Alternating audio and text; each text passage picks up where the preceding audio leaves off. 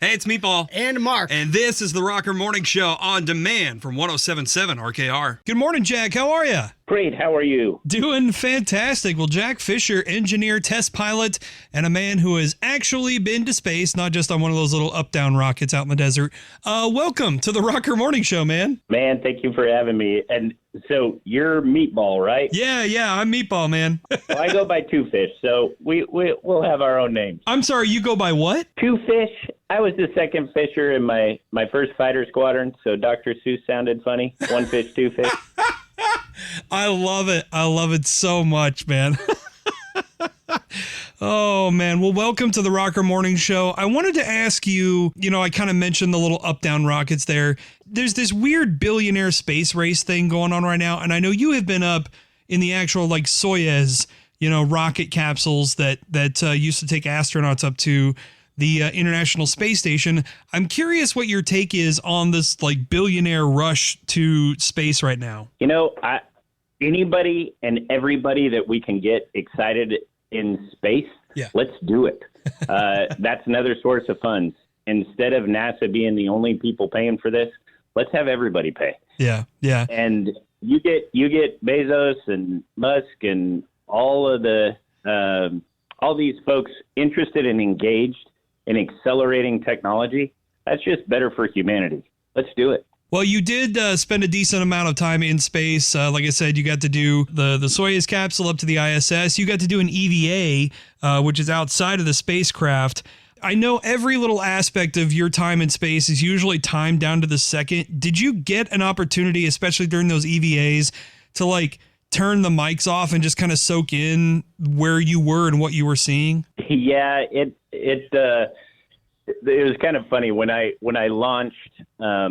Fyodor Yurchkin was my commander. We went up as a two-ship on the Soyuz, so only two of us, which was pretty rare. And once you get to orbit and the engine's cut off, the head shroud pops off, and you're floating, you got a lot of stuff to do. You got to get the arrays out. You got to fire up the systems. It's busy. Yeah. But there I am. I finally get up there. All my dreams come true. Boom, you're floating. I look outside, thin blue line that contained everything I've ever known on the surface of the Earth. Totally changed my perspective. And I'm just staring.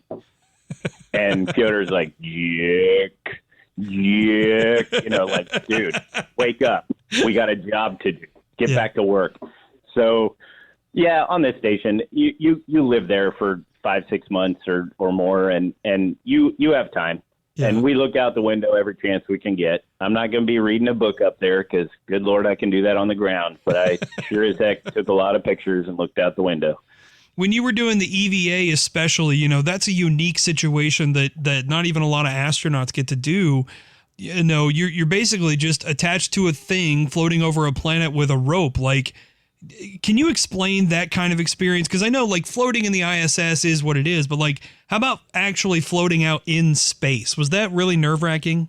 Well, it was just so darn fun that I guess I didn't think of the danger as much. You definitely want to make sure that you put that darn hook down so you don't float off.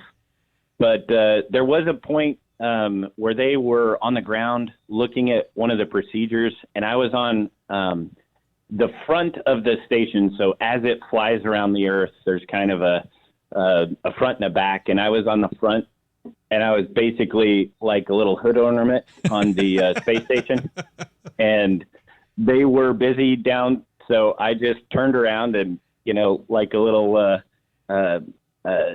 Jaguar on the front of a car, and I just enjoyed it. There for a moment, just flying at 17,500 miles an hour, soaking it all in. It was a blast.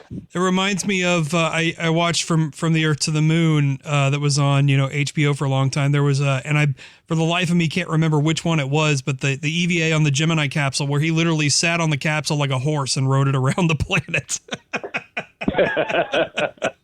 Yeah, we were learning our craft back then, so lots to be learned. But if you're not having fun, walking out in space, then, dude, find a different job, for God's sake. Right.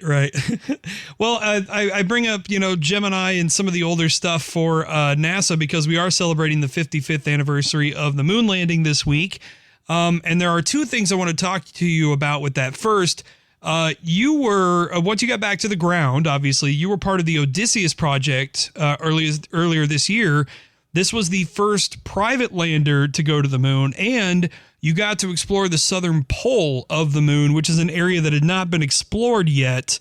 And you're kind of the first group to go back to the moon, at least by proxy as well. Can you kind of explain that process and the emotions with that? Yeah, it was, what an incredible team I'm part of at Intuitive Machines. So, a couple hundred uppity Texans that put together a moon lander and returned the U.S. to the moon. So it's the first time the U.S. has been back to the surface since 1972. Yeah. Certainly the first time that a private company has successfully landed. So there's 5 national flags and 1 Texan flag on the moon now. And we're heading back in at the end of the year. Our second lander has a rover, a drill, and a rocket-powered drone that basically flies off the lander, goes into permanently shadowed craters, comes out, looks for ice. It's going to be such a cool mission. I've been on a lot of great teams. I've never been on a team with this much absolute raw talent. Yeah. And it's companies like this that are accelerating space in a way that gets us investment from other than just NASA. Yeah. And we're just moving faster. So in my opinion, it's the most exciting time in space ever. Yeah. And the next decade or two is going to really change who and what we are as humanity. I'm just so excited. Well, and it's actually because of, your work with Odysseus that you're going to be presented with an award this Saturday, the 2024 Platinum Astronaut Rockstar Award in Boston. And you're actually going to be presented that by OAR. That's pretty awesome, man. Yeah, that's so cool. You get an award from a rock star. That's awesome. My agent, Annie Barrio, with Unified Space Agency, she set up a astronaut day a few years back on May 5th. And then she kind of followed that up. She's like, hey, MTV gave out astronaut awards, so why don't rock stars give out rock star awards to astronauts? And we're trying to blend that, right? The left and right side of the brain for the very best of us all, and use that in STEAM education. Yeah. And I think it's going to be an exciting program that Annie stood up, and really honored to be in the first class with these awards. Well, it's a fun way to connect two different worlds that, maybe not necessarily directly correlate with each other, but like you said, you see the Moon Man for MTV, so why not, a platinum record from an actual astronaut, Absolutely. I mean, astronauts and rock stars, they're dreamers, and as far as exploring, whether it's exploring the cosmos or exploring the words and how you put them together with the notes and the feelings, and I think there's a bit of artistry in all of it, and it's cool to recognize that fusion, and I think it'll be a really fun program. We were talking about the Odie lander that you were part of.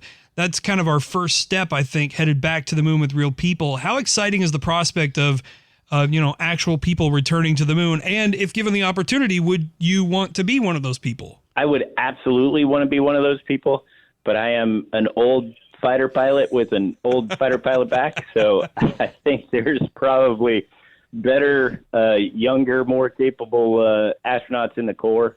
A lot of my friends are part of that program, and we got the right folks training right now, and they'll be ready. They'll be ready to take a step on the moon and keep us on the moon, as opposed to just visiting and leaving. Sustainable presence there and eventually in Mars. Well, I think if the movie Space Cowboys has proved anything, if they could send Tommy Lee Jones up there, I mean, you should be able to go. I think you'd be fine, right? Hey, that whole cast was a bunch of badass old dudes. Clint Eastwood, come on. Yeah, right. That's like saying, "Oh, Chuck Norris did it. You can do it." Yeah, no. I'll just build landers and fly them. That'll be my contribution. Well, the 2024 Platinum Astronaut Rockstar Award winner, Jack Fischer, you're going to be getting that on this Saturday. Man, we look forward to everything moving forward with the rock world, with the space world, combining the two. And it has been a blast talking to you, man. Thank you so much for your time today, and congratulations again on the award. Thanks a lot, Meatball. Really honored, and thanks for having me today. Absolutely. Thanks, Jack, so much.